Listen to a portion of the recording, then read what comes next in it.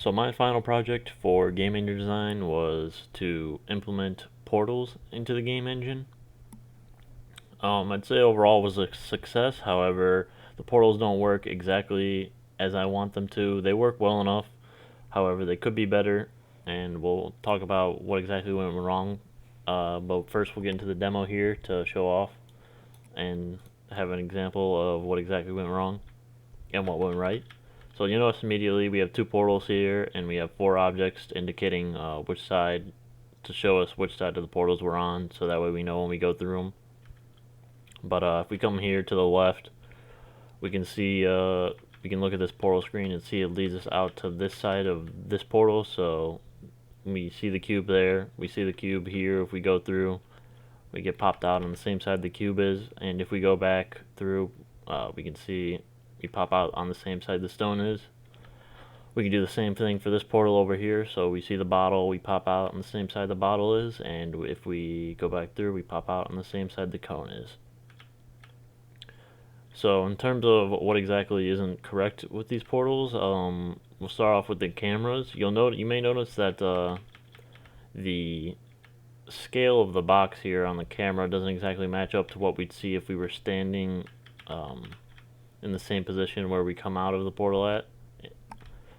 So this is because the camera is in a static position, where in the same space the portal is. So a great way to demo just how far off the scale is by we can press L to unlock the camera real quick and then fly out over here. And then we can look at this portal's screen as we position the player, which is an apple in this case.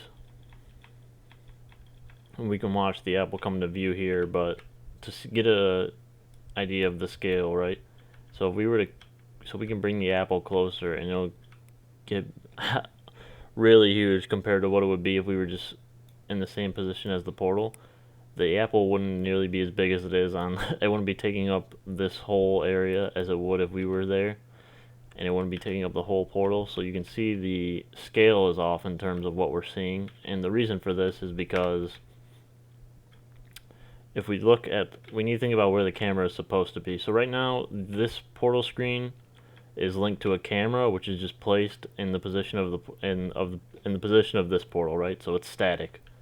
This screen has a static camera where that portal is, but in reality, the camera should match our position where we are right now relative to that portal. So if we're standing right here, looking at this portal, our camera for this screen should be in about the same place relative over here, so it should be like about right here.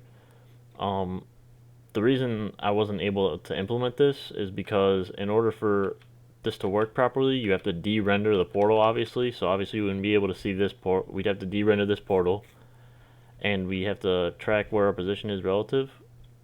I was able to track the position relative, however, I wasn't able to de-render objects, specifically the portal and other objects that were in the way. So if we were, say we were farther back over here, in which case our camera would need to be as far back relative to this portal, in which case we'd also have this cone in the way, so we'd have to de-render the cone and the portal in order to get our view to match what we want.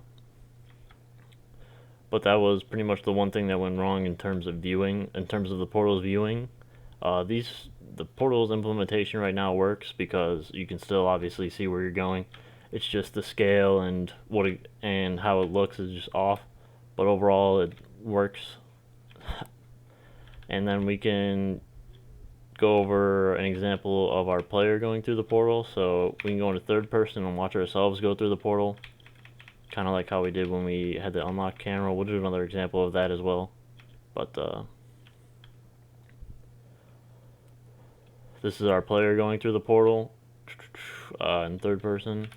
Then we can unlock and get a outside view of our player going through, and we can talk about what exactly is off here.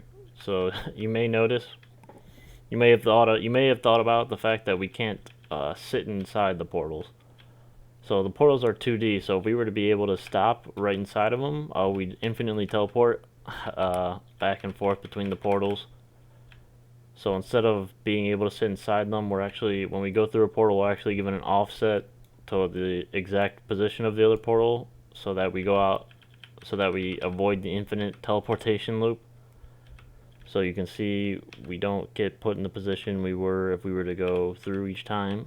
Um, this is another thing I wanted to address by making the portals 3D. However, I wasn't able to do that either, and that would have caused, and making them 3D would have caused even more issues, because then we'd have to wonder about what happens if the player is sitting inside the portal and how they're gonna view the rest of the outside world.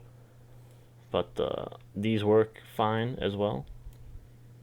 So we can lock ourselves back onto the apple as well by playing. Our player is the apple. We can lock ourselves onto it by pressing 1 to go into first person, 3 to go into third person, and then we can unlock with L. But that's about all for this demo. Then we can look over here at this little mini game. So we can start the game actually by pressing T, and you'll notice immediately that we have some asteroids coming at us. The objective of the game is to dodge the asteroids and make it to the end of the hallway where we can go through the portal. You'll notice there I just got teleported back because I tried to go outside the bounds. So if we go above the walls and try to fly out, we'll get teleported back. If we try to go through the walls, we'll get teleported back. If we try to go beneath the ground, we'll get teleported back. And if we hit the asteroids, we'll get teleported back to the spawn. So we can see that in motion. The asteroids themselves, they're just 6 asteroids. They randomly, each time we move past them, they'll get respawned back there, and they'll choose one of the positions. So they'll either spawn like this with 1 up and 1 down, or 1 down, 1 middle, or 1 up, 1 middle. But once we make it past them, they'll stop resetting their position. So we make it past them, they'll go past us, they stop respawning. That way we can actually be able to go through the portal. So once we make it through the portal, we can go through this portal similar to the other portals, and it will take us out. And we can also go back through if we wanted. But you'll notice as well here with the scale issue I was saying. So you'll notice these walls, it doesn't look to scale as it should. So if we go through the portal,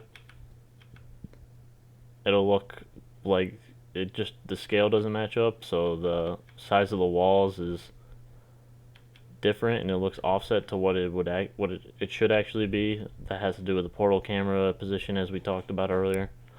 But that's about all I have for the game engine demo. And yeah, that's it.